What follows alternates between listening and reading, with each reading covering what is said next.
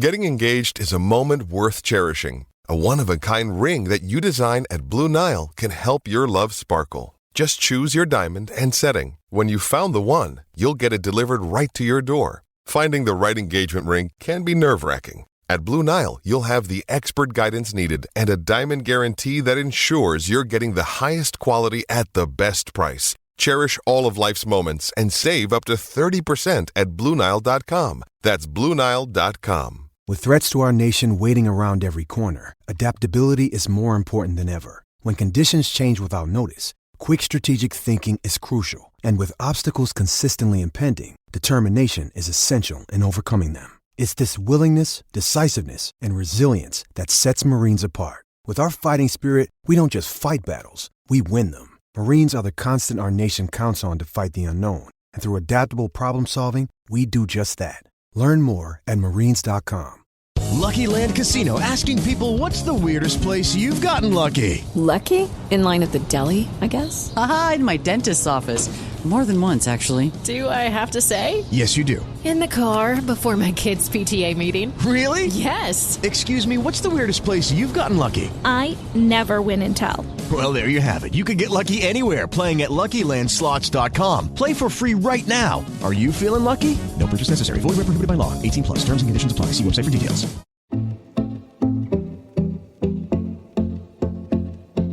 Darts, it's as much a part of the festive period as the school nativity, midnight mass, spending time with the family, and fireworks on New Year's Eve. Except in 2020, when the fireworks will be silent, you need to pick your favourite relatives, and only from 2 other households. Midnight mass will be on Zoom, and the nativity is on hold, unless you're taking homeschooling really seriously.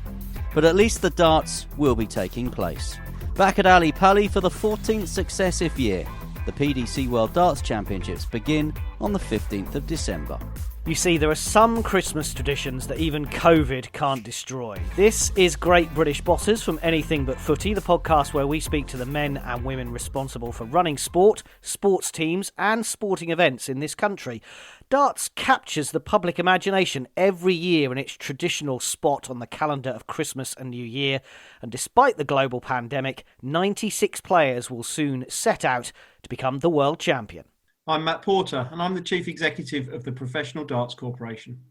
Matt, great to have you on Great British Bosses from Anything But Footy. So we've got nearly 100 darts players aiming to become the PDC World Champion over the next couple of weeks. How pleased are you that despite everything that 2020 has thrown at all of us, you're getting your event on?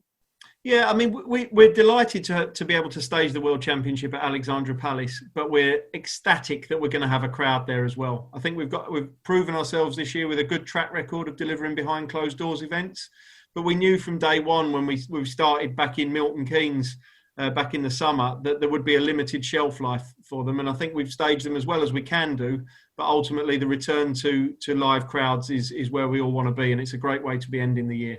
And we said, didn't we, it's part of that traditional festive programme over Christmas and New Year. The PDC World Championships is the darts, but it is that crowd and those supporters, isn't it?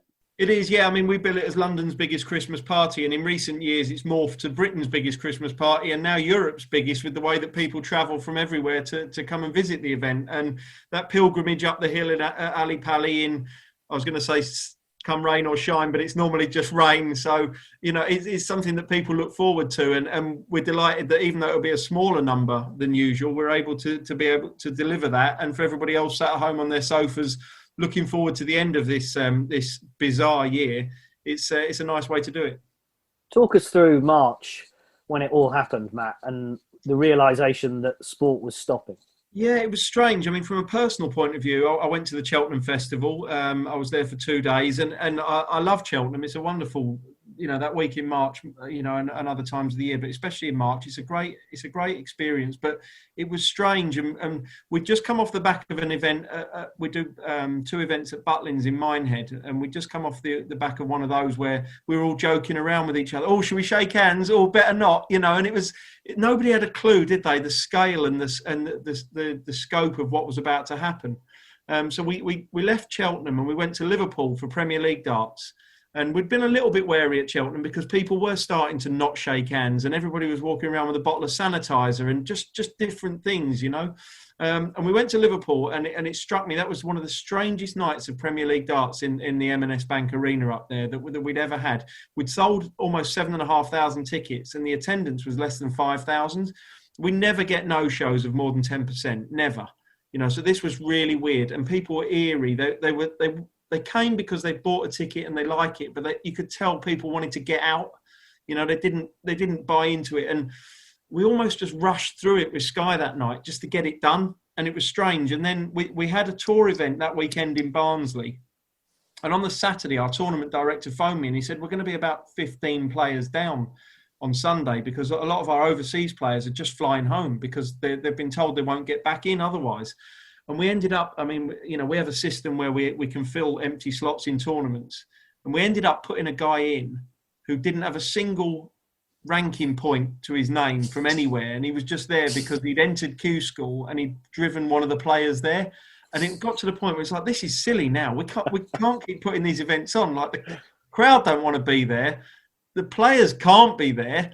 You know, we can't jeopardise the integrity of things. And some sports had pulled the plug a little bit. Everything happened so quickly, didn't it? Particularly after Mikel Arteta tested positive. That seemed to be a bit of a snowball effect. And a lot of sports pulled the plug, you know, bang, bang, bang in quick succession. And we tried to hang on. But that sort of phone call I got when I was told that was, you know, a dozen or whatever it was, players were flying home. We said, right, well, we're going to have to press the pause button here. And little did we know that 8-9 months later, we'd still be sat here waiting to return to normal. So then for 9-10 weeks, literally everything stopped. So when did you then work out how to put on those events in Milton Keynes and the procedures that you had to do? We'd managed to have some success with something called the home tour, which was where the players played each other remotely from home via webcams. And online scoring systems, and we're quite unique as a sport in that we've been able to do that. So, you know, that was quite special, and we were quite proud of that because there wasn't a lot of other live sport going on unless you wanted to watch the Belarusian football. You know, so that was good, but it you know, it clearly had to lead to something better because it only had a very niche appeal. So we've been working with DCMS, and we've had good lines of communication with DCMS, and they've been very helpful and very open with us throughout, as they have been, I'm sure, with lots of other sports bodies, to the best of the ability that they have been able to have from you know, the people above them. So we said, look, you know, they published their return to sport guidelines, and we said we believe that darts is a sport that can be played in a socially distanced way. I had the idea of going to the Marshall Arena in Milton Keynes, which was a venue we knew anyway, but obviously it's got that environment there. It was closed because it was a football stadium and there's no football going on, but it had a hotel as well that was also closed. So to create a bubble, which was something that none of us knew what it was 12 months ago, and now it's how we live our lives in sport. You know, we were able to create a bubble at the Marshall Arena, and we've subsequently been able to do so at the Ricoh Arena as well. Staging the darts was actually quite easy. You know, we put some tape on the floor to tell players where they can and can't stand. We put some arrows up, some barriers.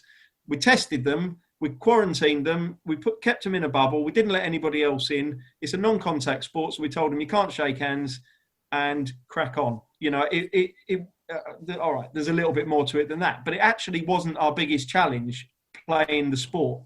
Our biggest challenge was everything that goes around it and bringing people in from all around the world and things like that.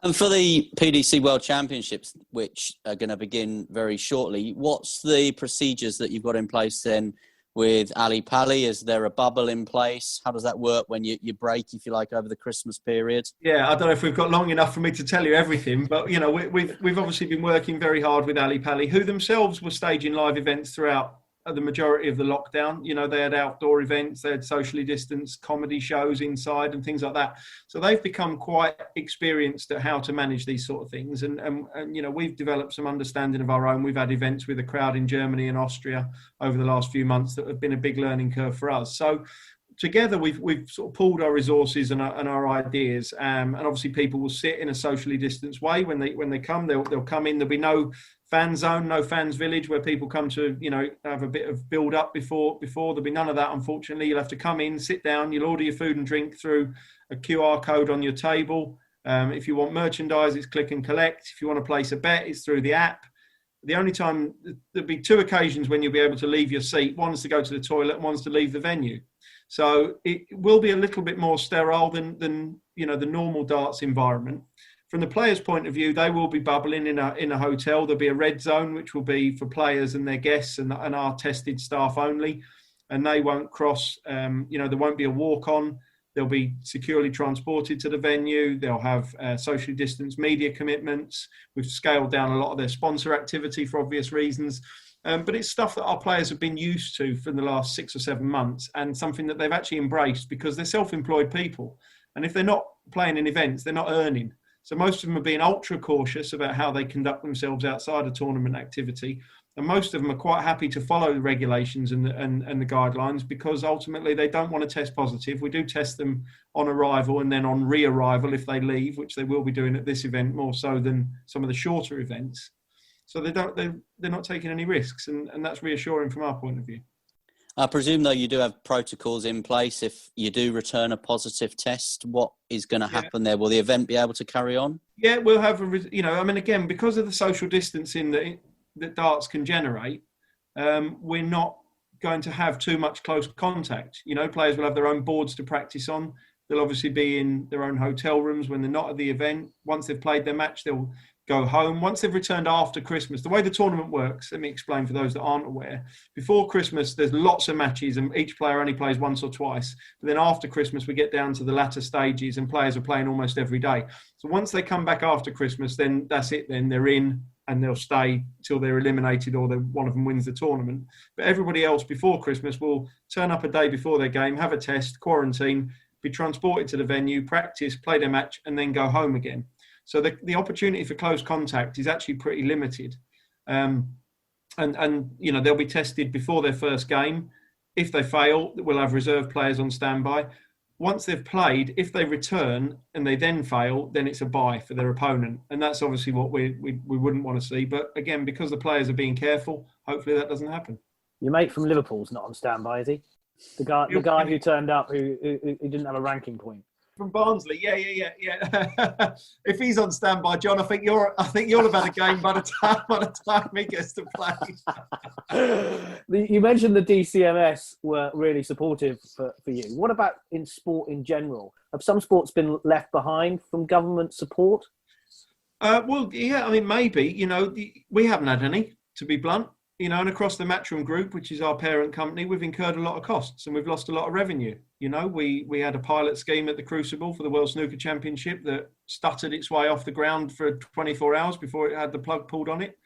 The darts has been decimated by the lack of gate receipts over the last 6 months, and it's only from our rock solid broadcast and sponsor contracts that we've been able to keep the wheels turning. Other sports are not as fortunate as that. Grassroots sports that maybe rely on membership fees and subscriptions, who don't have so much commercial income. It's been difficult for them. And clearly there has been some government support. And, the government do have to write checks for a lot of people at the moment. So I'm not going to say that they're deliberately leaving people high and dry. But ultimately, people have to compensate for that loss of revenue because otherwise they won't be able to keep generating the activity either at elite level or grassroots level or community level that they are doing or have been doing previously. You talk about your contracts with broadcasters, with sponsors. What about the local leagues, the pub leagues, the grassroots? Do you, as the Professional Darts Corporation Chief Executive, feel a responsibility to those people and those leagues and those players? I think ultimately, we're not a governing body, we're a promotions company. So we have our own system, which starts really with kids in something called the Junior Darts Corporation in their academy system, under eights.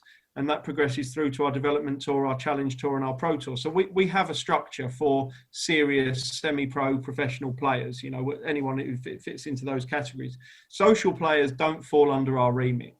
And actually social players, the way that their leagues are structured, they don't really need any revenue. They turn up at their local pub or club and they play against another local pub or club and they might travel locally, to facilitate that. So they've had their activity put on hold. And that's a shame. And what we don't want to do is lose talented people from the sport, lose young players who have got potential to move on to the next level. So, we will look at how, we can get those players back playing again next year. But clearly the requirement or the way that can happen would mean that pubs would have to be open, clubs would have to be open, and people could play in a sensible manner, because not everywhere can facilitate 2 metre social distancing and things like that. So I think that's something that we wouldn't want to see darts destroyed by. But the decisions would have to come from above us that could restart. And when you talk about your sponsors and your broadcasters, they're not immune to what I'm sure has been a financial hit this year. So the bigger picture, will you be, or have they been coming to you to look to review some of those contracts and the way that they work? I mean, TV sports viewing figures have been good this year. People are spending more time at home. They're interested in how sports are being staged in these conditions. So I think broadcasters have generally been doing, as well as they would like to have been. And the same for a lot of our sponsors as well. I mean, we've got a lot of blue collar sponsors, a lot of trade sponsors. Well, if you ask anybody who's tried to do any DIY over the last 9 months, you can't get materials. The whole country's doing their house up and doing their garden, So I'm not sitting here and saying all our sponsors' profits are going through the roof, but I think we are fortunate in that we are partnered with some companies who have either adapted to this world or were built for this world and have come through it okay. I put a door up during that, which I have to say I'm more proud of than I am my own children. We're talking to Matt Porter, Chief Exec of the Professional Darts Corporation. And Matt, you've been Chief Exec since 2008. You mentioned Matchroom, which of course is Barry Hearn's company. How proud are you that you've revolutionised the sport of darts and many others? Oh, listen, I think what's happened to darts in the terms of its repositioning, its rebranding over the last generation has been nothing short of miraculous. The sport was on its knees at the end of the 80s. The players, obviously the top BDO players at the time, left to form the PDC in a well-known story.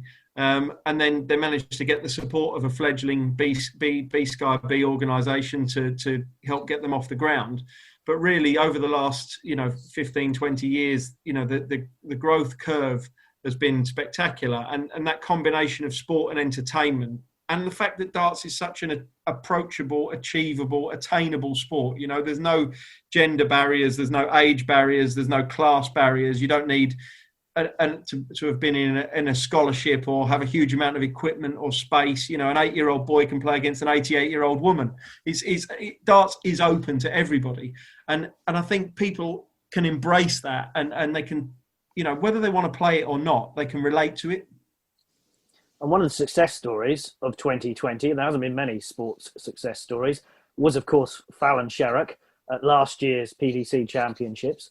That was a huge breakthrough for women's sport, and Matchroom has continued that with Katie Taylor in boxing, etc. Yeah, this is a great time for women's sport and its development, isn't it? Women have been playing sport obviously forever, and battled through bans and restrictions and lack of opportunities and things like that. And now there is a groundswell of optimism, I think, that things can move forward. And I have been reading, disappointingly, that some sports have, they feel that COVID situation has set women's sport back, and I'm not best placed to comment on all of that, and that would be a pity if that is borne true, because the momentum that women's sport was building, both in terms of participation and media over the last few years, has been fantastic. Certainly the most I've seen in my lifetime. When I was growing up, women's football and things like that were barely acknowledged, whereas now women players are starting to receive some of the praise and the status that they deserve, but there's clearly a long way to go, and hopefully COVID won't hold that back too much. In terms of darts, we've always seen it as being a sport where men can play against women, as I touched upon earlier, and that's something we want to harness and develop, because it's quite a unique selling point for us. So just as a bit of a side point, Matt, and I know obviously you were heavily involved with Leyton Orient. Does women's football, for example, or women's rugby need a Barry Hearn? Does it need someone like him to come in and set something up that will propel it like he has with darts and snooker and boxing and other sports? Yeah, maybe. I don't know if, Barry would thank me for increasing his workload at the age of 73 or whatever. And we do get approaches from plenty of sports, can you come and put the Matchroom touch on it? And a lot of the time I think to myself, well, do it yourselves. It's not difficult. Everything we do, you can see. You can watch it on telly, or you can come to an event. You just have to use your eyes and see what we're doing. If you think it's that good, then do it yourselves, But look, some people don't have the commercial now. So I think a lot of sports are hamstrung by being run by enthusiastic amateurs, and I mean amateurs in the nicest possible way. They're volunteers, they're people who've given their lives to their sport, they're people who are dedicated to local clubs and participation and grassroots, and all of that stuff is fantastic. But you have to separate that from the commercial elite of the sport and how people can best move that on to the next level and stop it being niche and try and get it into the mainstream. And I think a lot of the time, if I was being cruel, I'd call them the Blazer Brigade. But I think a lot of time those sort of people, when they refuse to let commercial experts into the top of their sport, and I get they might be a bit nervous about having outside influence, but ultimately look what happened to darts. They took that on board by inviting Barry on board, and look what happened there. And it's, you have to separate the mass grassroots participation side of your sport from the elite and build a proper pyramid where you're bringing kids in at a young age and you're giving them two options. One, play for fun, social, enjoy yourselves. This can be a hobby for the rest of your life or however long you want it to be. Or two, you've got talent. Let's get you in the right place. Let's get you developed. Let's get you to a position where you can turn professional, where you can play internationally, etc. And I think some sports struggle with that because they don't want to let go of something they've always had. You're on the right podcast, because John and I have often been critical of what we call the Blazer Brigade as well. Because you have sports like cricket, for example, where in the IPL and T20, they have tried to go down the matchroom route, the darts route, if you like. But then you have the people that want to stick to the 5-day test match and, wouldn't want to see fireworks over Lords. Athletics, at the last World Championship, there were light shows and things. Yeah. So you must watch those and think, well, we know where they're getting their inspiration from. And to be fair, we got it from WWE. We've obviously expanded on it and developed it. And, what Eddie does on a lot of our boxing shows now is taking it to the next level. They've got tremendous budgets, So I think across our group, each division stages sports appropriately. And I think that is the key thing to do. Don't just take your sport and say, right, well, all we need to do is put some fireworks in and some dancers and have loads of loud music, and then all of a sudden everyone will buy a ticket.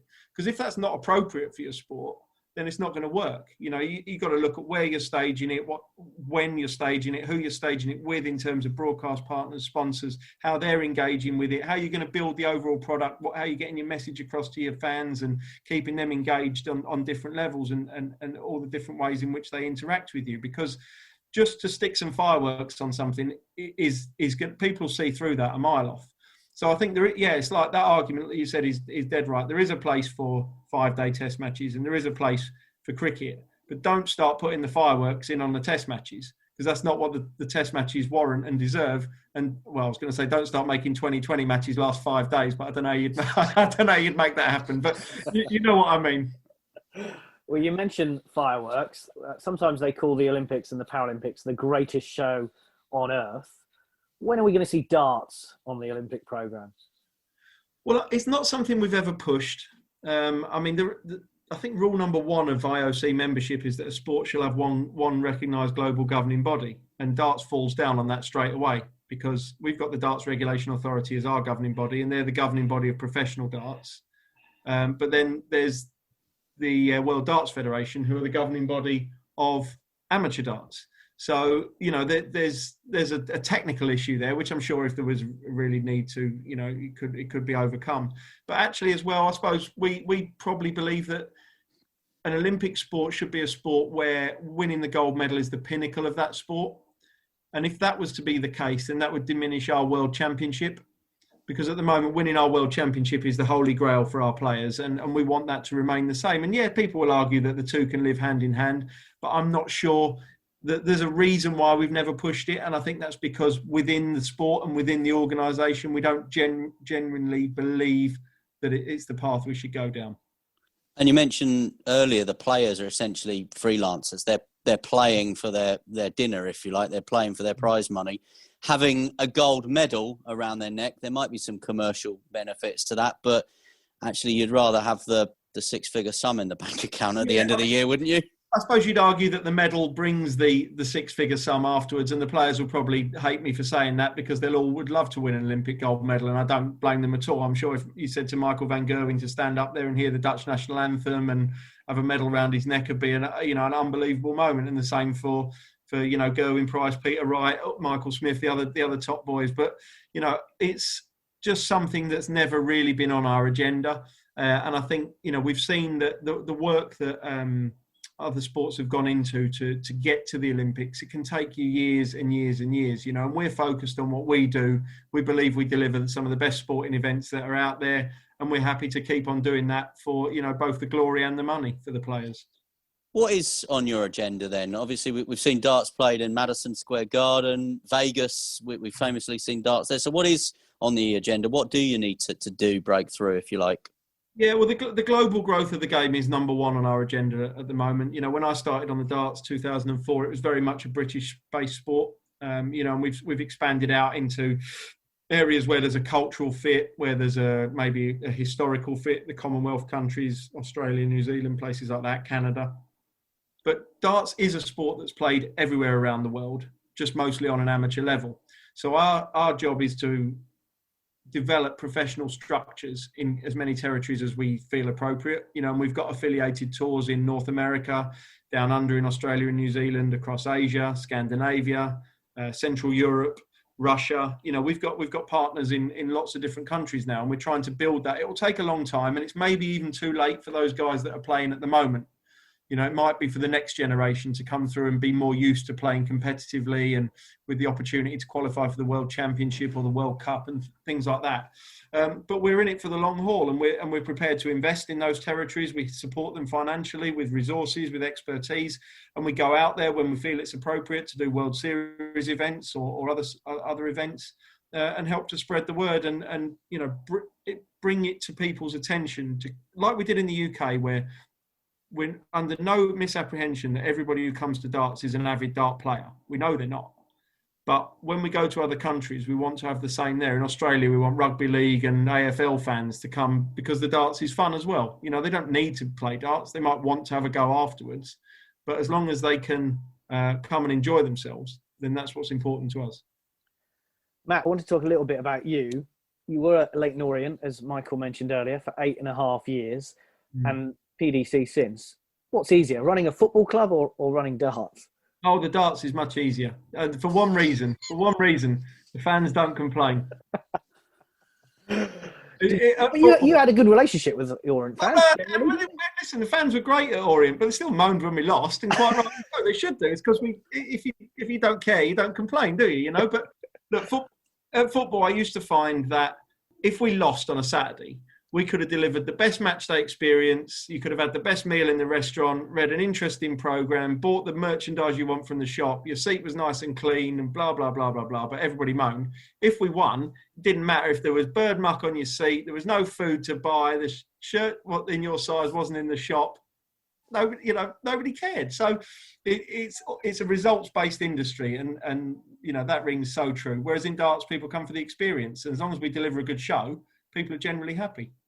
What would you be doing now if you were still in charge of Leyton Orient? It's such a tough time, isn't it, for lower league football clubs without those revenue streams that you were just talking about, that incremental income, fans coming through the turnstiles? Yeah, I mean, look, I'm not. I'm on the board still at Orient. I'm not chief exec, which suits me. Obviously, when we sold the club in 2014, I left shortly afterwards, and then was part of the group that took it back over again in 2017. So that non-exec role I find absolutely perfect for me now, and I can help where I'm needed and leave them alone where needed. And what they're doing is great under the circumstances. They were very progressive during the lockdown. They had a really good FIFA gaming competition that generated a lot of headlines. They got the sponsorship with Harry Kane. They've done a lot of good community work. And the guys there are really putting their heart and soul into it in the face of extremely difficult conditions, with not having the match day revenue. But the thing that's important, and the thing that they do, which we always used to try to do, and it works well with fans, is just be honest with them. Fans might not like the answer, but if you tell them the answer truthfully and honestly to their face, then they kind of have to accept it, and they do generally accept it, even if they don't like it. Whereas if you seem to be being deceitful or non-communicative, that's when rumours spread and distrust spreads, and you get problems. So, I think what the guys are doing at Orient is great at the moment. The team are responding. I'm actually kind of hoping that the return of fans doesn't mess us up, because we're doing quite well at the moment. We're in the playoff zone, and we've got a couple of lads who can't stop scoring. So hopefully they'll be all right with fans back. And a little earlier, you mentioned Barry Hearn. What's he like as a person and a boss? Barry is what you see with Barry is what you get. He's got a great personality. He's loud. He's charismatic. He's honest. He is clever. He's clever, isn't he? Clever. He's smart. And street smart as well. He gets what people are thinking. He gets how to do a deal and how to engineer a situation that's advantageous and turn a situation around if it's going against him. He's got that awareness to be one step ahead. And that's something that I've tried to learn from for the last sort of 19 years or so that I've been working from him. But, you see people, that Barry Hearn, he's bent, he's a crook. He couldn't be any further away. I mean, a chartered accountant at the age of 21 or whatever I think he is, all he ever says to us is, make sure everybody gets paid, make sure you do the paperwork, do the budgets. He wants everything to be dead straight down the line. And again, he'll look at you and he'll tell you the situation. And if you don't like it, it's kind of hard luck. Because I just think there was that point in the spring where Wimbledon was cancelled, the boat race was cancelled. And Barry Hearn stepped in, he went, do you know what? We can stage the World Snooker Championships. The BBC have got 2 weeks suddenly free because there's not going to be any tennis. We can get it on at the Crucible. And that just seemed to be a really clever move. He seemed to take a jump on everybody else in doing that. Yeah. Well, that's a perfect example. Always thinking ahead, always being creative. It didn't want us to cancel anything. That was the message. The show must go on, get it on, work out how you can do it. And we've got good people who work for the company, people who are creative, people who are hardworking, who can try and think a bit differently. We're not institutionalized, and we're not stuck. We're fortunate because we're independent and relatively small in terms of numbers. We're not stuck behind layers of bureaucracy, and that enables us to be versatile and flexible. Well, your event is happening, as we said, 96 players setting out to become the world champion. Against everything else that's happened, this must be one of your proudest achievements of your career, having these PDC World Championships on. Yeah, you know what? I get goosebumps on the back of my neck every time I go into Ali Pali for the first time for the event each year. It's walking into that hall when it's empty is quite haunting. The stage is enormous and you see the seating laid out, and you just visualize how bouncing it's going to be when it's full of people. But this year, to get it on in this environment, I think will feel special. But it never feels quite as good as it does when the last person leaves at the end and it's been a success. Getting it on is only half the story. Getting it done and getting it done right is the main aim. Well, all the very best with getting it on and getting it done right, and tickets on sale for the event now as well. Matthew Porter, Chief Executive of the Professional Darts Corporation. All the very best to Ali Pali over the next 2 to 3 weeks. Thank you for speaking to Great British Bosses. Thanks, guys. It's been a pleasure. Sports Social Podcast Network. With the Lucky Land Slots, you can get lucky just about anywhere. This is your captain speaking. We've got clear runway and the weather's fine, but we're just going to circle up here a while and get lucky. No, nothing like that. It's just these cash prizes add up quick. So I suggest you sit back, keep your tray table upright, and start getting lucky. Play for free at LuckyLandSlots.com. Are you feeling lucky? No purchase necessary. Void where prohibited by law. 18+ terms and conditions apply. See website for details.